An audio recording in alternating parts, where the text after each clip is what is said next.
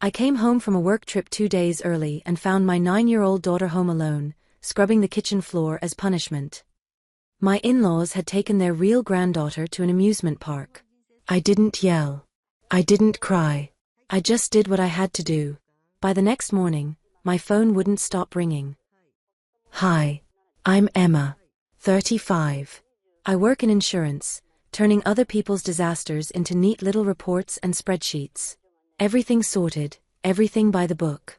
People call me in a panic, and I just go, describe the damage. No emotion, please. I used to run my life the same way, tidy, calm, no drama. For the most part, it worked. Until it didn't. I have a daughter, Evelyn. She's 9. Sweet, bright, a little shy. Obsessed with ponies. Makes the weirdest little creatures out of Play-Doh. At night, she likes asking deep questions, like why rainbows aren't black and white, or if Grandma Brenda's allergy to her is actually a thing. Oh right, Brendan. My husband. Well, technically. At the time, anyway. We were 3 years in. He had a daughter too, Amanda. 11. That one's easy. If you're not her grandma, her dad, or holding ice cream, she doesn't have time for you. She lived with us full time. Her mom skipped town for Texas even before the divorce was final. When Brendan and I got together, I really believed it could work. That adults could build something new. That kids adjust, love wins, blah blah, all the Hallmark movie crap. And for a while, it kind of did. We rented a small apartment at first. Tiny, but it was ours. I worked. He worked. The girls went to school, fought over markers, made up. It wasn't perfect, but it was stable. And after the mess of my first marriage, stable was all I wanted. Then everything started slipping. Brendan got laid off, some corporate restructuring nonsense. He was looking for work. I started taking on extra hours. Money got tight. Then his parents came in with their big offer, move in with us, just for a little while. I felt my stomach twist the second I heard it. His mom and I? Let's just say we weren't exactly soulmates. She said sweetheart, like it was a slur. But I couldn't afford the rent alone. So we moved. Into their old creaky house in a quiet Illinois suburb. Front porch swing, flag on the lawn, and that classic mindset that grandkids come in 2 categories, ours and the others. I told myself we could manage. That it was temporary. That I still had control. Then came the business trip. 4 days in St. Louis. I wrapped up early and came home Saturday instead of Monday. Thought I'd surprise the girls. Grab pizza, throw on cartoons, maybe make a blanket fort. Just something cozy. The house was too quiet. That kind of quiet that feels wrong. I found Evelyn in the kitchen, wearing an oversized t-shirt, on her knees, scrubbing the floor with a rag. Alone. 9 years old. I asked, where is everyone? She said, they went to the park. I'm grounded. Just like that. Calm. Like it was normal. Like it wasn't the first time. I didn't scream. Didn't throw things. Didn't stage a reality TV-worthy meltdown. I packed our stuff, mine and hers. Grabbed the important documents. Left a note on the counter. You left a child home alone. Called it punishment. Took your real granddaughter to have fun. My daughter's not spending another night in this house. Ever. And we walked out. Got a motel room. I ordered pizza, turned on cartoons, let Evelyn eat an entire tub of ice cream. I didn't say much. Just stayed close. That night, my phone wouldn't stop ringing. Brendan, over and over. Voicemails. Texts. They were home. They'd seen the note. They knew I knew. He tried to explain. Said it was strict parenting, that they weren't far. Seriously. I asked. Emma, come on. You know how my mom is. She was just trying to teach them some discipline. So her idea of discipline is abandoning a 9-year-old while y'all go ride roller coasters? Silence. It was a misunderstanding. No. A misunderstanding is wearing mismatched socks. This was deliberate. This was cruel. He kept talking. I hit decline. I didn't bother calling his parents. What for? I'd already done what needed to be done. The realization that my daughter wasn't happy didn't hit me all at once. It crept in slowly, quietly, like a leaky faucet dripping in the back of your mind. In the way she looked at me across the dinner table. In the silence where her morning songs used to be. She used to sing while eating cereal, something about rainbows and unicorns and how Tuesdays weren't real days. Now? Just silence. When we first moved into Brendan's parents' house, I told myself it was no big deal. Just a rough patch. A couple of months, tops. He'd find work, we'd get back on track. I mean, we were grown-ups. Adults push through, right? The first few days were strained. His mom greeted me with a smile that made me want to take a shower. His dad was like background noise on a TV with the volume turned down. You knew he was there, but you didn't care. Hope you'll be comfortable, sweetheart, she said, showing me our room. We did our best, but we understand, it must be hard for you to adjust to a real family. A real family. Bookmark that phrase. It'll come back later. Living under their roof was like trying to navigate a minefield in ballet slippers. Smile, but not too wide. Don't put your mug there. Don't open windows after 5 p.m. unless you want to summon a tornado straight from hell. I tried to be polite. Too polite, maybe. I mistook tolerance for submission. Amanda adjusted right away. She got her own room. Her own shelf in the bathroom. Her special chair at the dinner table. Evelyn, meanwhile, started off sharing a room with her.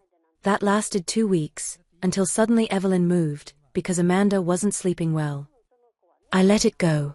Smiled through it. Because heaven forbid I become that woman, the nagging second wife who's always starting drama. Then came the money. Turns out Brendan's parents had a second mortgage. And surprise, they couldn't keep up with the payments. His mom had a tiny pension. His dad worked at a hardware store 2 days a week, just to keep from rotting. Their credit history was already 6 feet under from some sketchy business venture they tried a decade ago. Brendan? No steady job, no decent income in over 2 years. So guess whose clean credit score and reliable paycheck came to the rescue? Yep. Mine. The mortgage went in my name. Their house, their rules, my money. Officially, it was a contribution to the family. Realistically, I was paying for a house I didn't own. Emotionally, it felt like paying rent to someone who insulted your kid and then told you to smile more. But I told myself it was temporary. We were a team. We'd get through it. Meanwhile, Brendan's mother began her masterclass in passive-aggressive grandparenting. Not directly, she was way too classy for that. She just chipped away at Evelyn. At first, it was small things. Evelyn laughed less. Stopped drawing. Then came the fake stomachaches before school. She started hiding her little art projects in her backpack instead of showing them off on the fridge like she used to. I asked her, "Why didn't you show Grandma your drawing?" She shrugged. She said the house already looks messy enough. I didn't want to believe it. Maybe just a poorly timed joke? I brought it up to Brendan. He shrugged too. Mom's just tired. Don't take it personally. Then came the candy ban. Cookies? Gone. Chocolate? Vanished. Apparently, some children are better off without sugar, especially the hyper ones. Guess which one she meant. Then Amanda's birthday happened. Cake. Gifts. Balloons. Singing. Evelyn sat in the corner, trying to look happy. I walked over, hugged her. "You okay, honey?" She whispered, "Grandma told me not to touch anything. And not to get in the way." I talked to Brendan. Again. He sighed. "Mom's just a little strict. She means well. She just doesn't connect with Evelyn the same way. It's not malicious." Sure.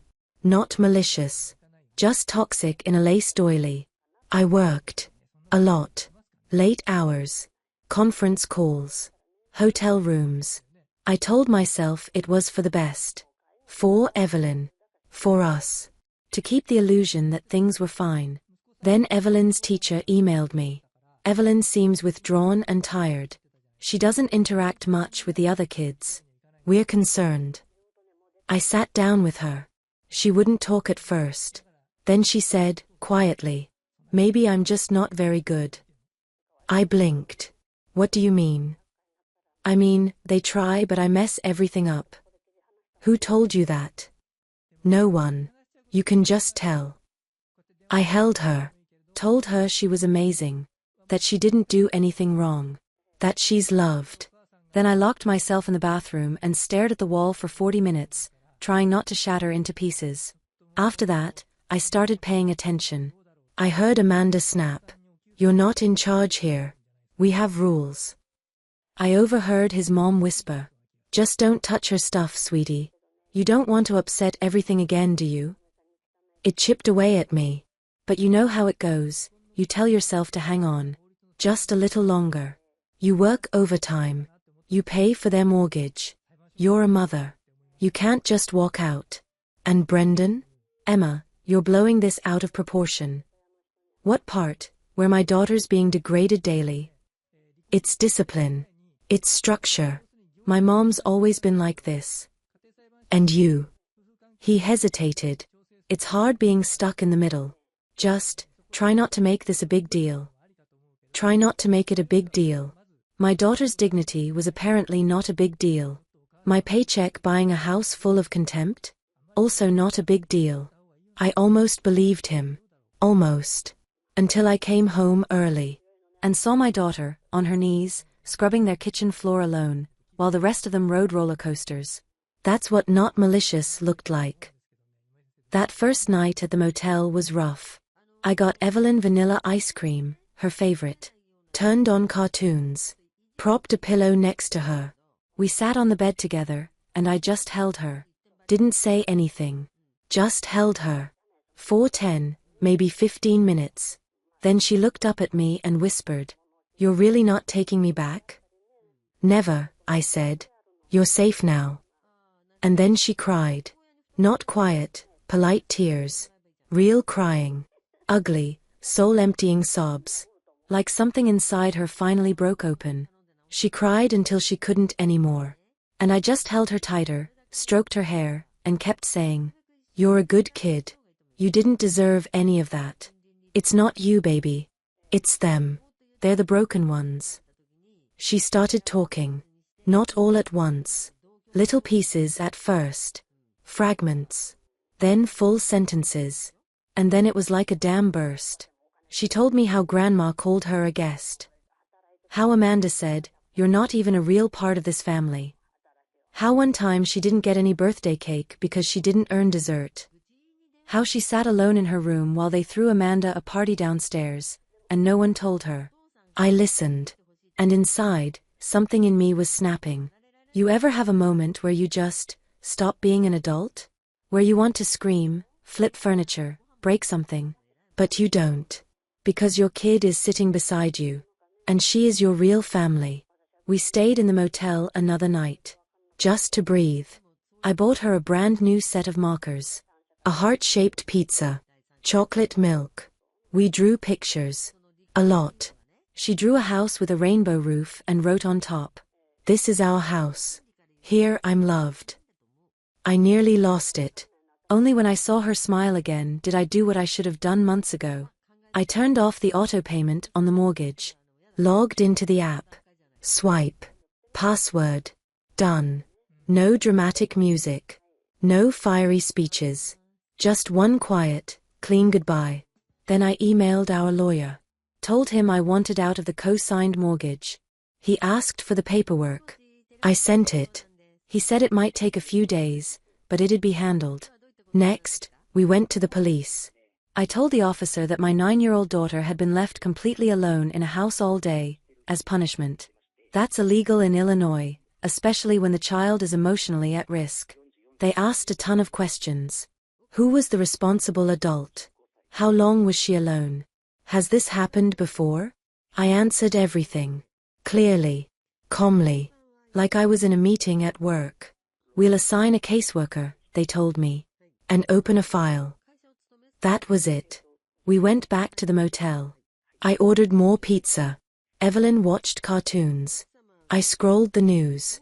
And for the first time in what felt like forever, it was just the two of us. No tension. No walking on eggshells. Just peace. About a week later, a letter showed up at Brendan's parents' house. A formal notice. Missed mortgage payment. Foreclosure warning. My phone started ringing again. Brendan. Emma, what the hell? Are you trying to get my parents kicked out of their home? I'm trying to make sure my daughter never scrubs your kitchen floor again while you're eating hot dogs at Six Flags. It wasn't their fault. You're right. It was all of ours. For letting them do this to her. But that stops now. Cue the meltdown. His mom called me from someone else's phone, screaming about how I destroyed their family. His dad texted me saying I was brainwashing the child. I ignored all of it. I had better things to do. Like helping Evelyn heal. We found her a school counselor. I took time off work. We went on walks. Talked. Laughed at dumb cartoons. Breathed. When the social worker finally showed up, Evelyn told him everything. No tears. No fear. Just facts. How she kept trying to be good enough. How she thought maybe she really was the problem. How she was scared to tell me because she didn't want to ruin things. Then she looked at me and said, "But now I know I'm a good kid. Because you said so." That's when I knew I had done the right thing. No guilt. No doubt. Just clarity. She knew she was loved. And no one was ever going to make her question that again. At first, they tried the whole let's make peace routine. Brandon showed up with flowers and gifts. His daughter brought a new toy for Evelyn. His mom came by with a pie, the same pie she only ever baked for Amanda's birthday. I didn't open the door. They left things on the porch. I threw them away. Then Brandon started showing up at Evelyn's school. Dropped off a notebook with horses on the cover, a box of chocolates, and a note that said "We miss you." Evelyn put them in her backpack. That night, she handed them to me and asked, "Can we toss this?" We did. Then he started waiting for us outside school. Said we needed to talk. Said he didn't know. Said his mom went too far. Said he wasn't in a good place. Said it all happened so fast. Said he missed us. Said he loved us. Said he finally saw everything clearly. I listened. Once. Just once. Because he didn't come to me, he came to Evelyn. Tried to hug her. Tried to hand her a new toy. Tried to play the nostalgia card. Remember when we went to the lake? You laughed so much. Evelyn stepped back. Looked him dead in the eyes and said, "You were standing right there when they laughed at me." That was it. After that, I told Brandon he wasn't allowed near her anymore. Why? Because when you spend years making a kid feel like an outsider, and then suddenly show up with ponies and baked goods, that's not love. That's manipulation. And I'm done letting people mess with my daughter's head. He tried to bring up the good old days. You know, before we moved in with my parents, we were happy. And I remember just staring at him, wondering, were we really? Or was I just hoping we'd get there someday? You didn't protect her, Brandon, I said. You knew. You always knew. He didn't deny it. Just looked at the ground like a kid caught stealing gum at a gas station. I told him I'd already filed. There's a temporary order now. He and his parents can't come near Evelyn without my permission. Everything he says can be used in the CPS investigation. He tried yelling. I shut the door in his face. When it finally sank in that I wasn't coming back, that I wasn't pulling the complaint or saving their mortgage, they went on the offensive. His mom filed a counter-report with CPS. About me. She claimed I was mentally unstable. Unfit. That I was emotionally harming Evelyn.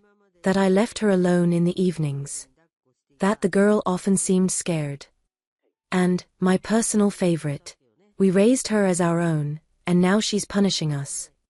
Basically, she painted me as an exhausted mess of a mother, unraveling under pressure, dragging a child out of the only stable home she'd ever known. CPS called me. I wasn't surprised. I was ready. I had a letter from Evelyn's teacher, saying how much better she was doing. I had notes from the school counselor, a doctor's report, a financial record from my lawyer showing how much I'd supported Brandon's family. And I had the police report, filed the day Evelyn was left home alone. But most importantly, I had Evelyn. And CPS listened to her. They took her seriously. This little girl who thought she didn't deserve cake. Who said she was bad at being good. Who remembered her grandmother saying, "Your mom already has to deal with you, don't make it worse." The caseworker visited their house. Brandon's mom answered the door with her best, with a real victim's here face. She claimed Evelyn was difficult. Said I was always traveling. Said we're family, and she was just trying to teach her discipline. Said I was doing all this out of spite. Brandon's dad stayed silent, as usual. Brandon tried to take the blame. I wasn't well.